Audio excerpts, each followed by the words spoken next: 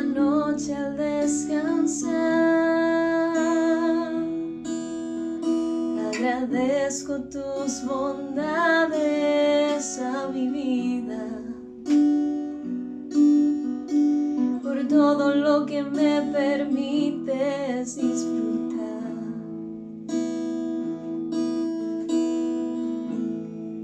Cada mañana al despertar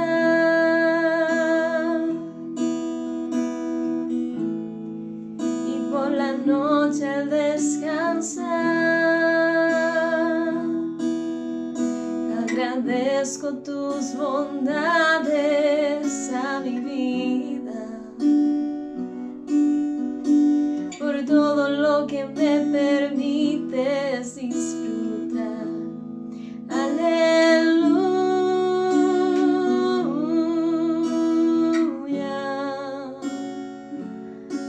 aleluya,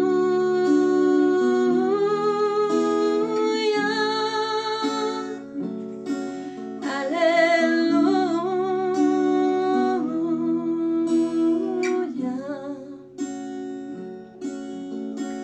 Agradecido estoy por tu bondad.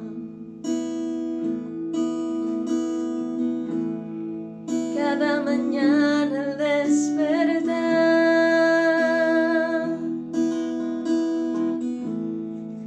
y por la noche al descansar, agradezco tus bondades a mi vida, por todo lo que me permites disfrutar.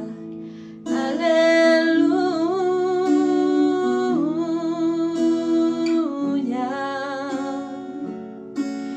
aleluya,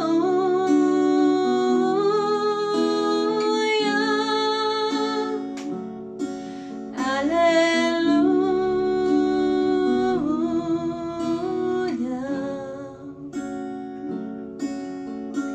Agradecido estoy por tu bondad. Aleluya,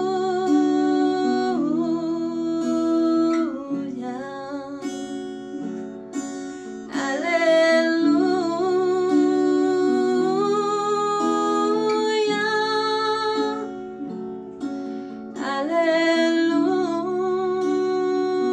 aleluya. Agradecido estoy por tu bondad. Agradecido estoy por tu bondad. Agradecido estoy por tu bondad.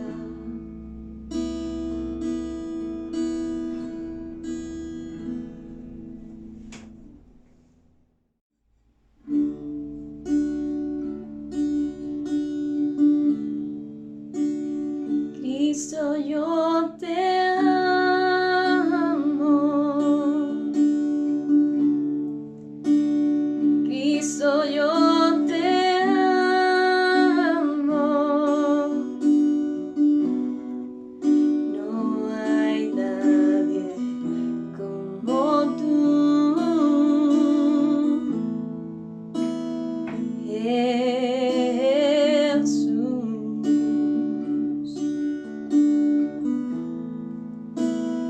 Cristo, yo te amo.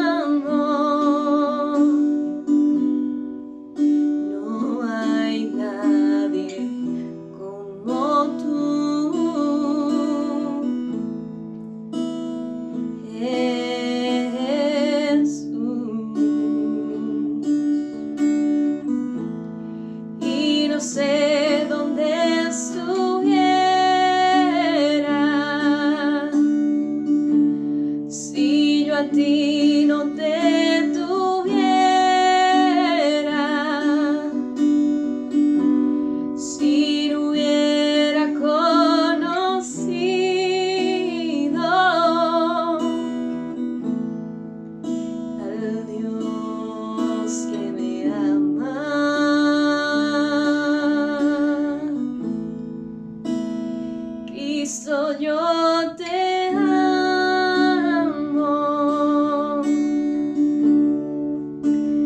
Cristo, yo te amo.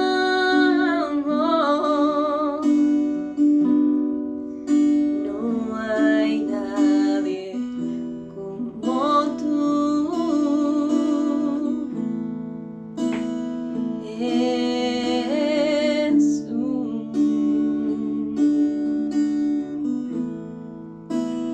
Cristo, yo te amo.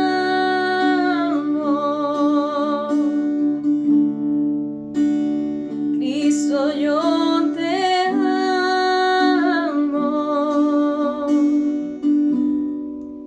No hay nadie como tú.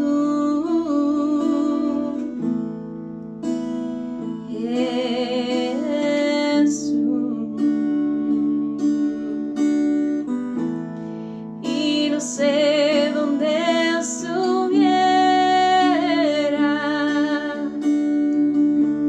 si yo a ti no te tuviera, si no hubiera conocido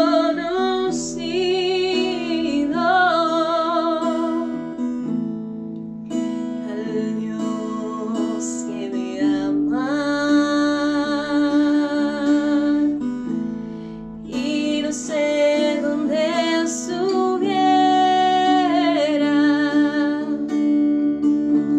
si yo a ti no te tuviera,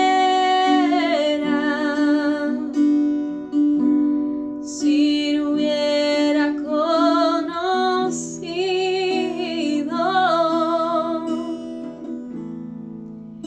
al Dios que me ama.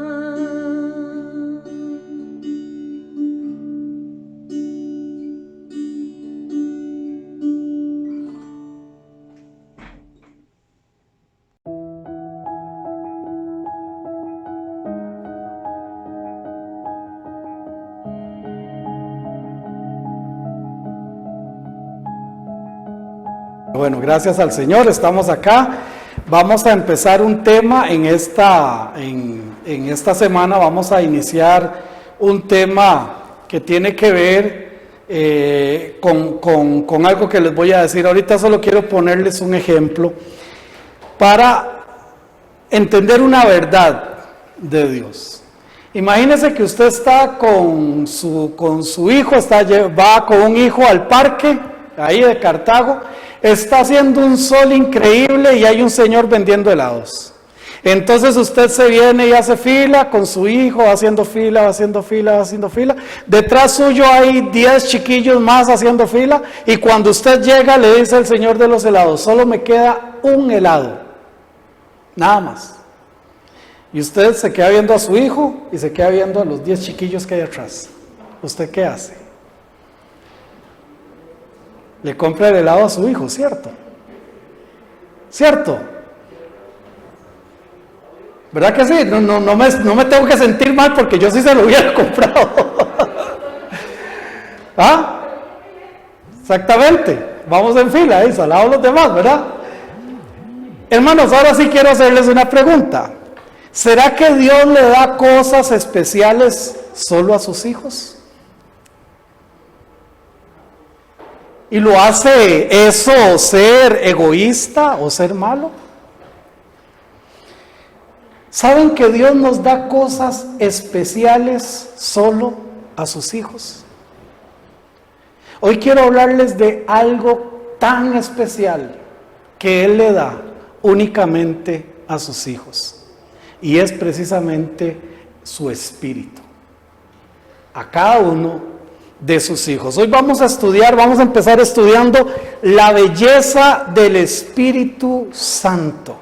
La belleza del Espíritu Santo.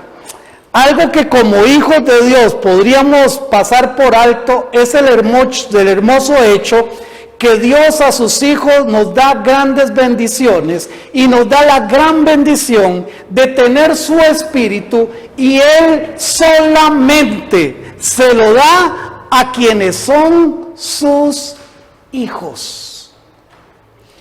Dios es bueno, Dios es grande, Dios es amoroso. Y dice que Él hace que llueva sobre justos e injustos. Y bendice desde ese punto de vista a justos o injustos. Él manda el aire para que todos respiremos, justos o injustos. Nos da el día para trabajar, justos o injustos. Nos da la noche para descansar, justos o injustos. Pero hay cosas que son especiales para sus hijos.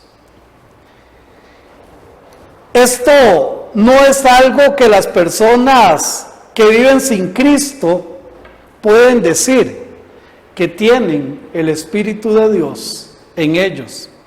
Es por esto importante conocer al Espíritu Santo y la obra que el Espíritu Santo quiere hacer en nuestras vidas. No quiero pasar por alto y solamente decir que nosotros tenemos el privilegio de ser templos del Espíritu Santo.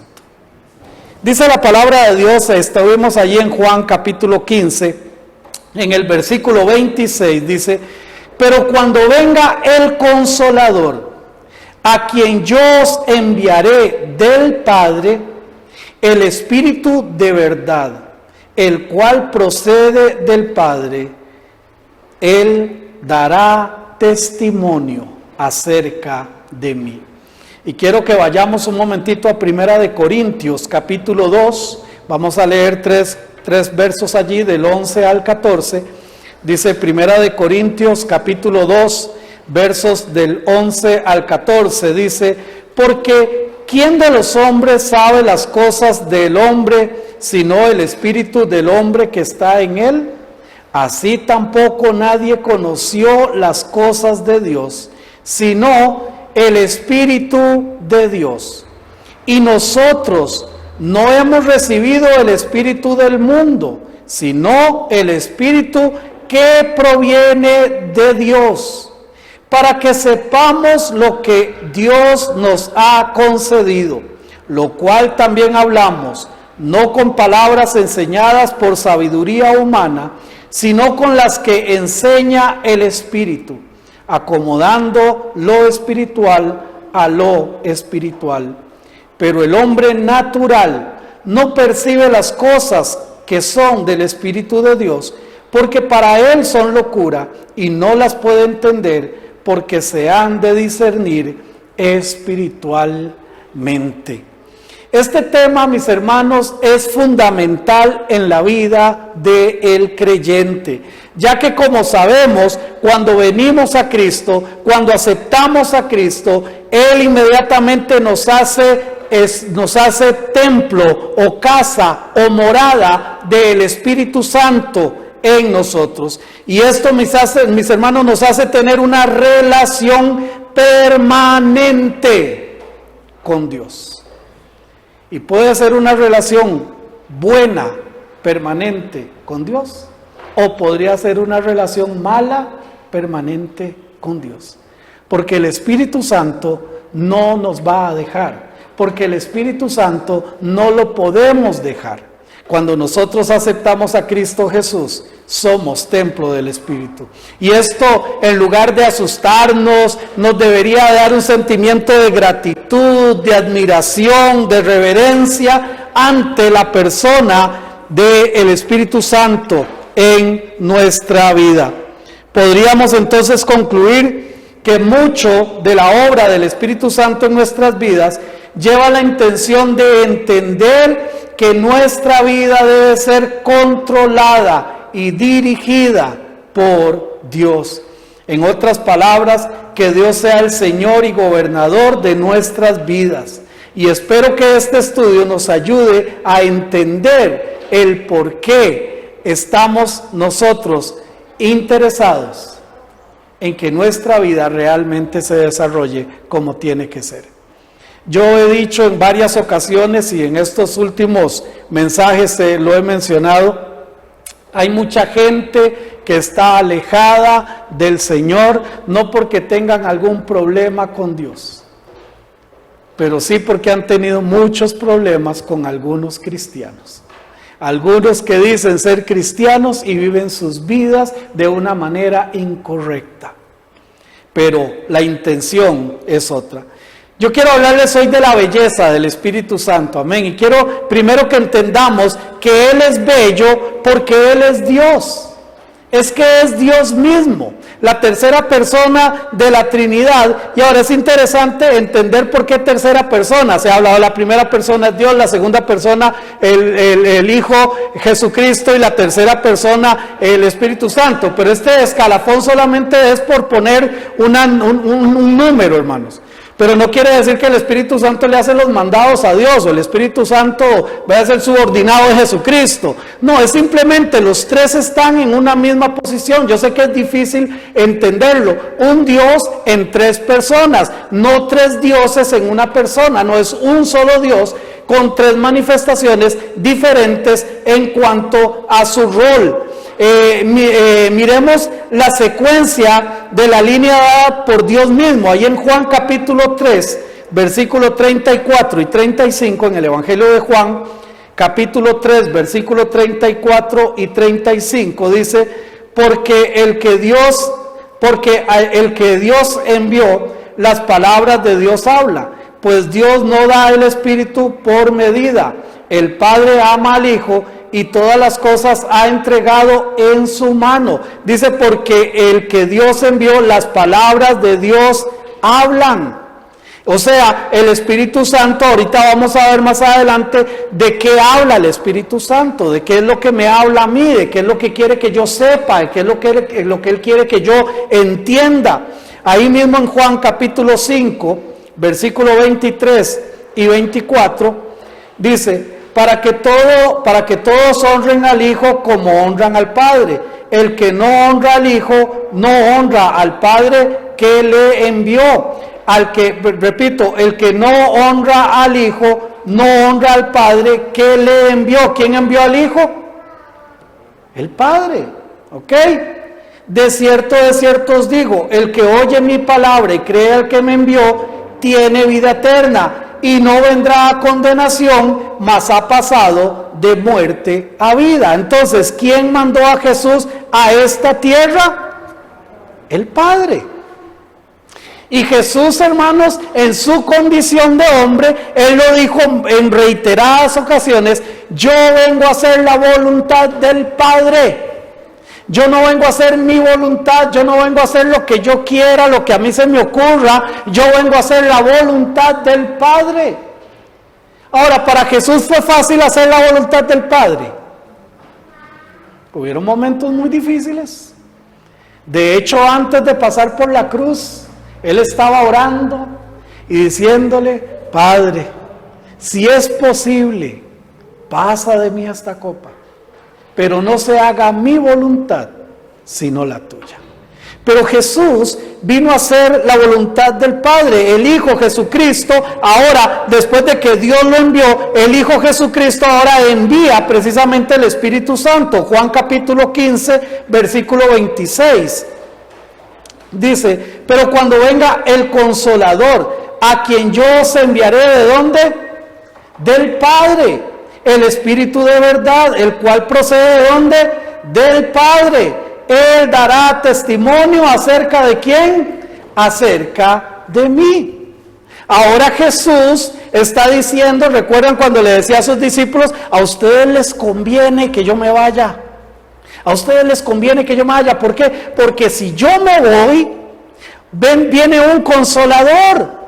Viene uno que va a estar con ustedes. Ahora quiero recordarles un poquito cuál era la obra del Espíritu Santo en el Antiguo Testamento. Recordemos que el Espíritu Santo venía sobre una persona para una tarea específica y después de que cumplía esa tarea específica, el Espíritu lo dejaba. No era permanente en esa persona.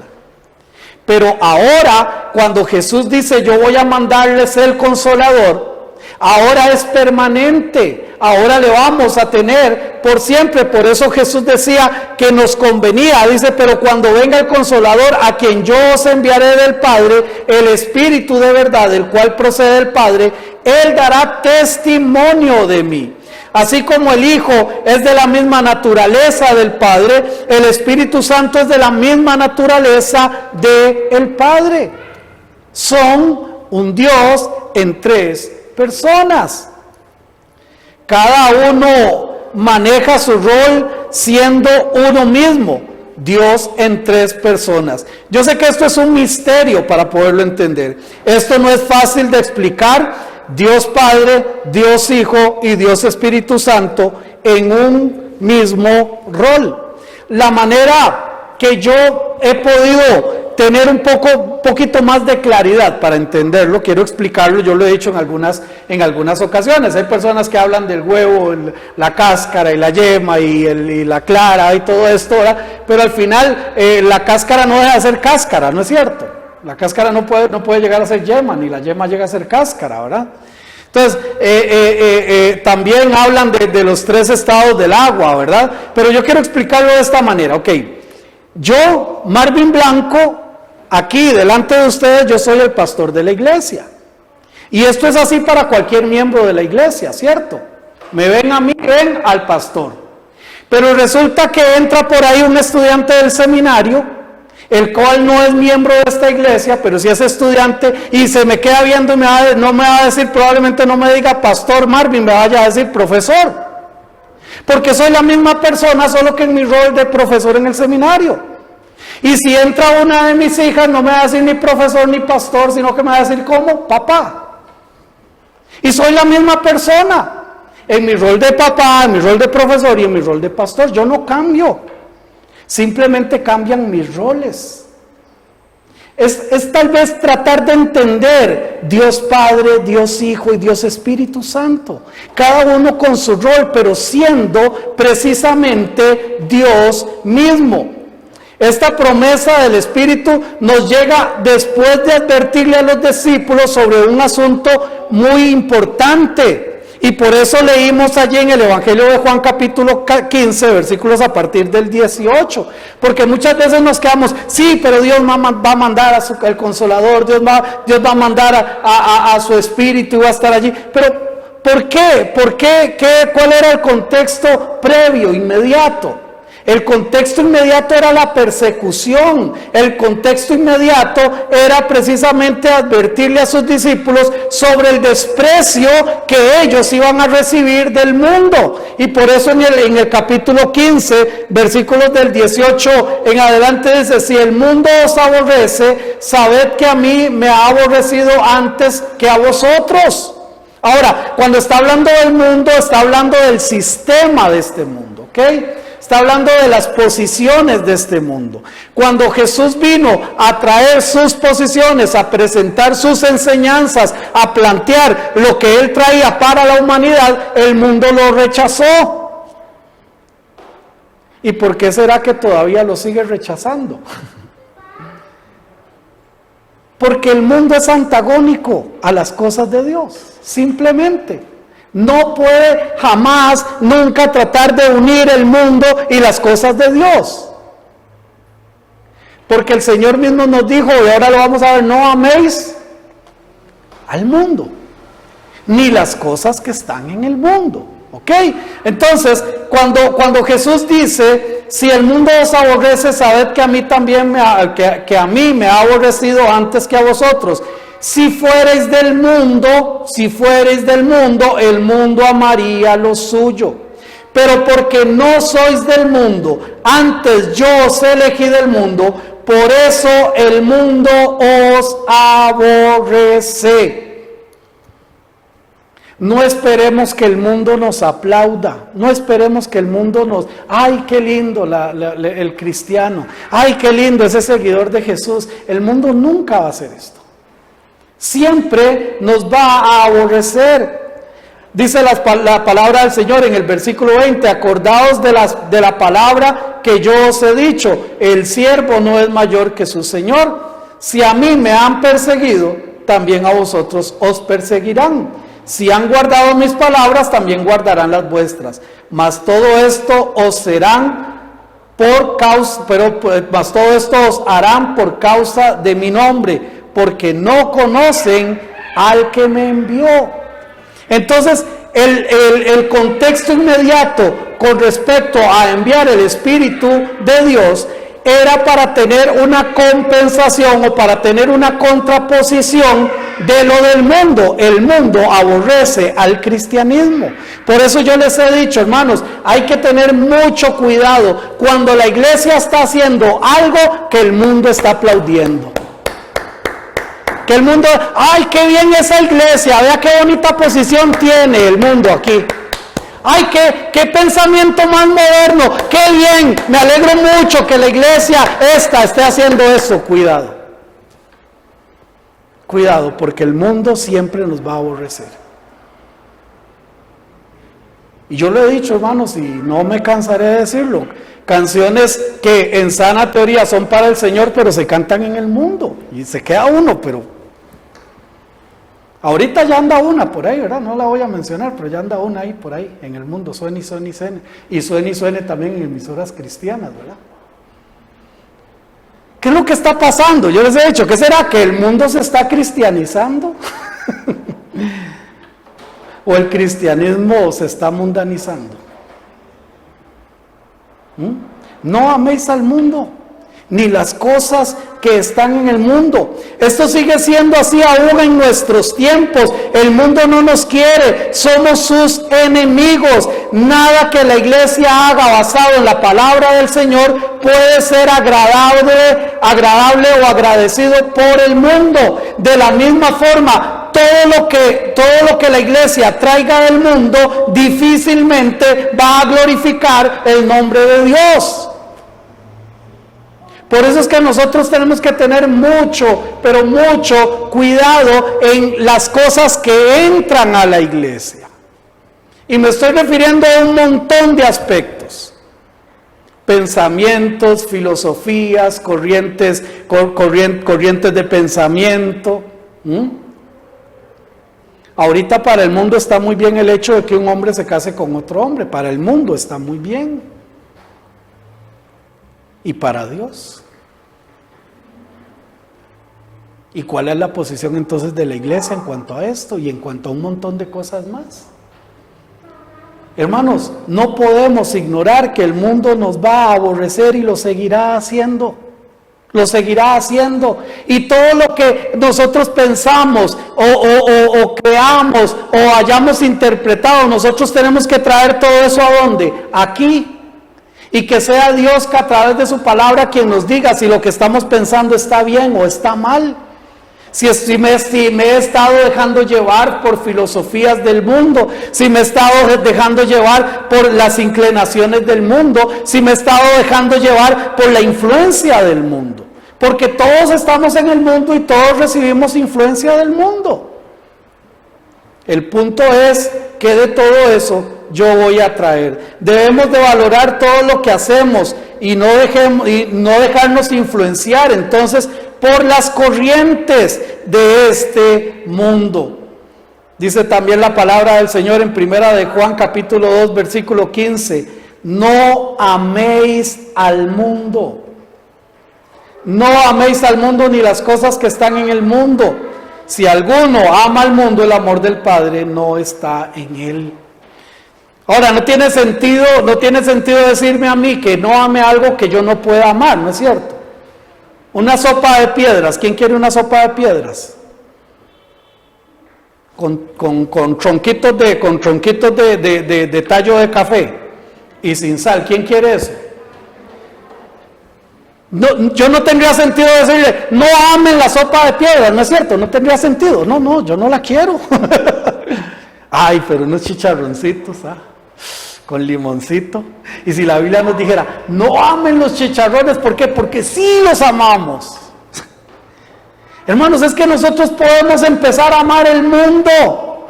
Nosotros vivimos en el mundo, nosotros nos relacionamos con el mundo y hay muchas cosas del mundo que me pueden empezar a gustar, que me pueden empezar a llamar la atención, que pueden empezar a mover mis pensamientos, que pueden empezar a mover mis cuestionamientos, todo.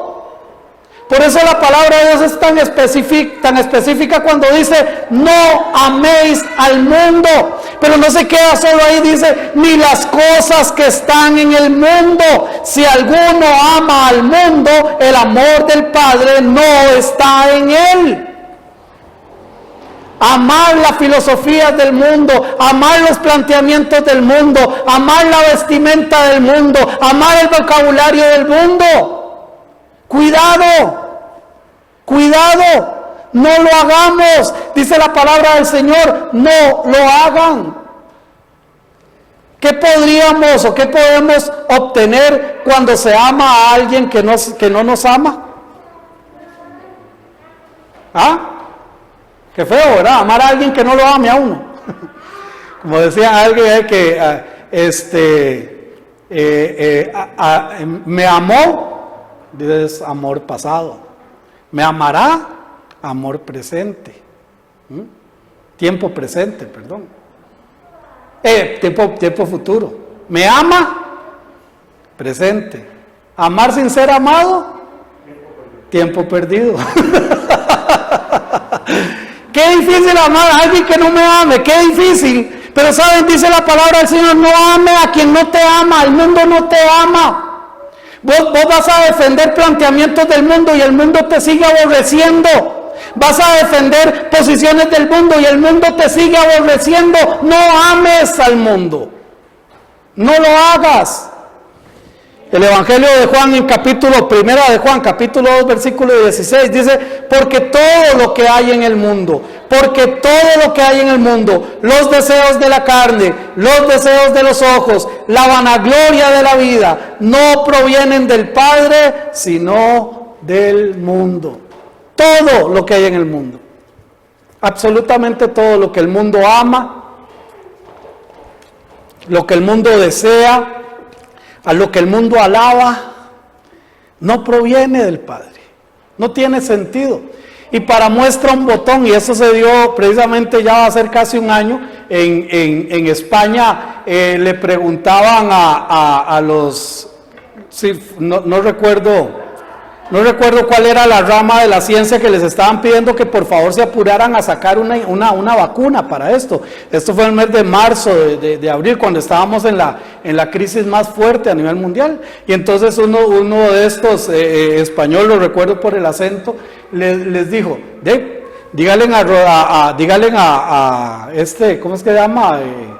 El jugador Messi y el otro, ¿cómo es que se llama? Ronaldo.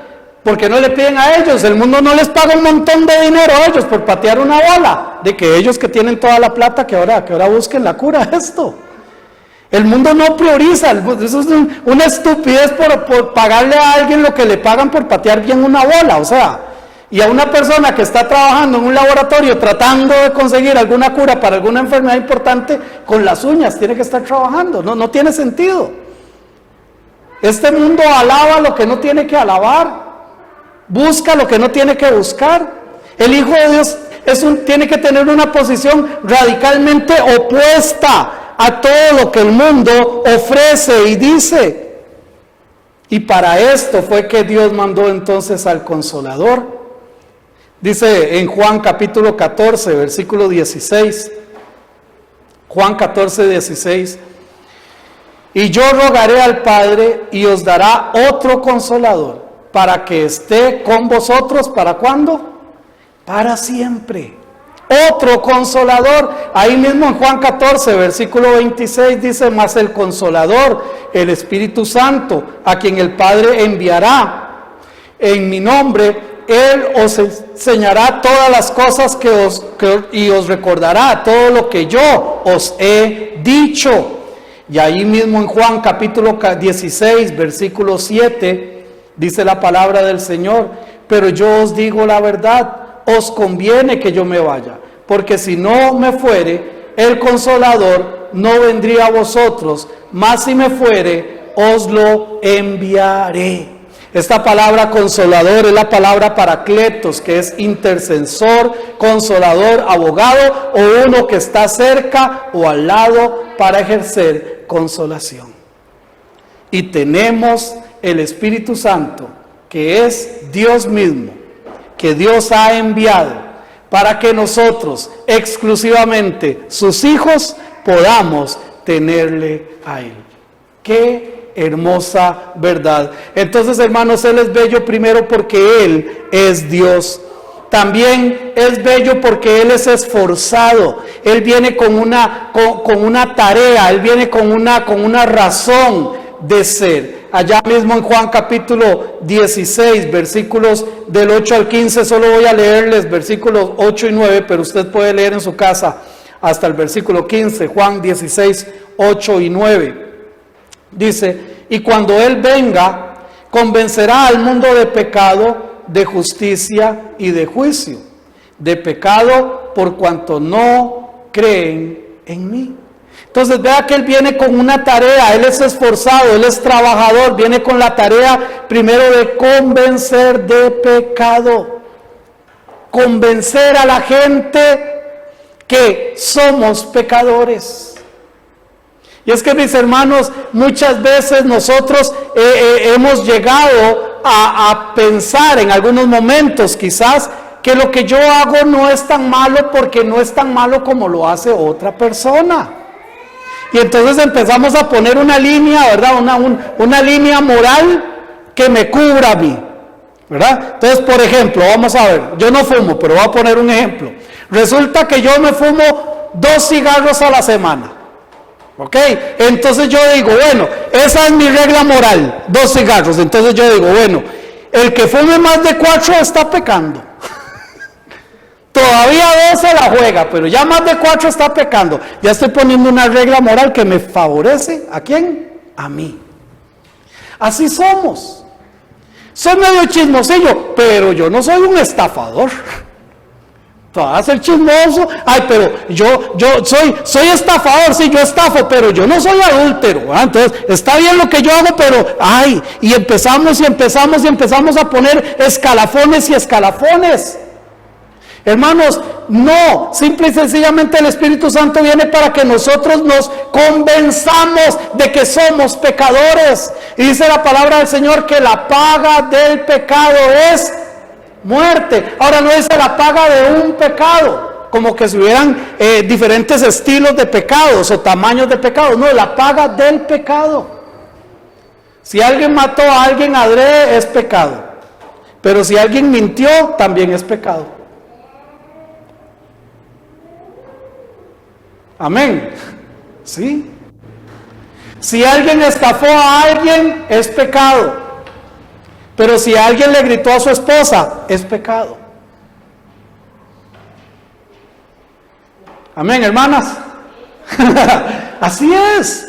Entonces la paga del pecado es muerte, punto. Nosotros tenemos que entender que el Espíritu Santo vino a este mundo para que nosotros entendiéramos lo que es pecado. Y si vamos un momentito a Gálatas, vamos a ver un poquito ahí las obras, una de las listas que aparece en la Biblia. Gálatas capítulo 5, versículo del 19 al 21, nos habla de las obras de la carne, de las obras de lo que pasa precisamente con una vida que no tiene a Cristo Jesús en su corazón. Dice la palabra del Señor, Gálatas 5, 19 al 21, y manifiestas, o sea, evidentes son las obras de la carne, que son adulterio, fornicación, inmundicia, lascivia, idolatría, hechicerías, enemistades, pleitos, celos, iras, contiendas, disensiones,